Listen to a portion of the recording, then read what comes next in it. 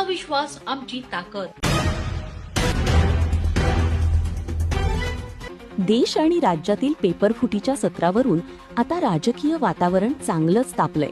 नीट आणि टीईटी पेपरफुटीच्या निषेधार्थ आज युवक काँग्रेसने आक्रमक पवित्रा घेत बुलढाणा येथे भाजप सरकार विरोधात थेट रस्त्यावर उतरून जोरदार निदर्शनं केली.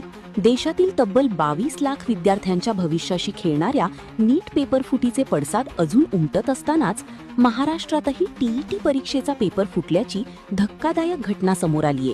याच पेपरफुटीच्या सत्राविरोधात महाराष्ट्र प्रदेश युवक काँग्रेसने सोमवार 29 जून रोजी बुलढाणा येथील जयस्तंभ चौक या ठिकाणी जोरदार निदर्शनं केली.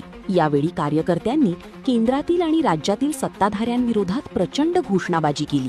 या आंदोलनादरम्यान युवक काँग्रेसच्या वतीने जिल्हाधिकाऱ्यांमार्फत मुख्यमंत्र्यांना निवेदन सादर करण्यात आले. केंद्रीय शिक्षण मंत्री धर्मेंद्र प्रधान आणि राज्याचे मंत्री दादा भुसे यांनी तात्काळ राजीनामा द्यावा किंवा त्यांची हकालपट्टी करावी अशी प्रमुख मागणी यावेळी करण्यात आली.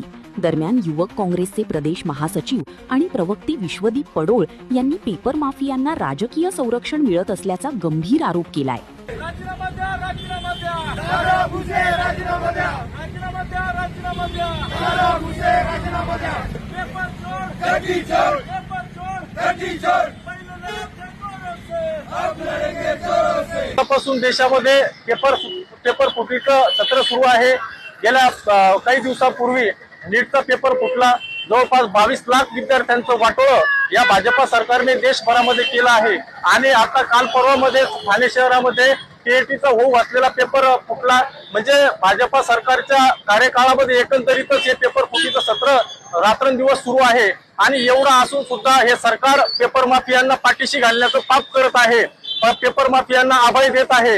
यांना विद्यार्थ्यांच्या भवितव्याशी काही देणं घेणं राहिलेलं नाही आहे. याची नैतिक जबाबदारी घेऊन देशाचे शिक्षण मंत्री धर्मेंद्र प्रधान यांनी राजीनामा द्यायला पाहिजे होता.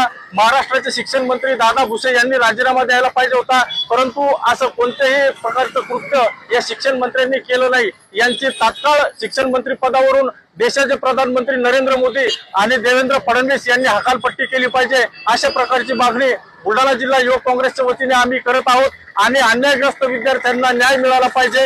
या ठिकाणी शिक्षण व्यवस्थेमध्ये सुधारणा झाली पाहिजे आणि पेपर माफियांच्या विरोधात कठोर कायदा केला पाहिजे आणि कठोर पाऊले सरकारने या ठिकाणी उचलली पाहिजे अशी मागणी बुलढाणा जिल्हा युवक काँग्रेसच्या वतीने आम्ही करत आहोत. या आंदोलनात युवक काँग्रेसचे प्रदेश सचिव शिवराज पाटील, बुलढाणा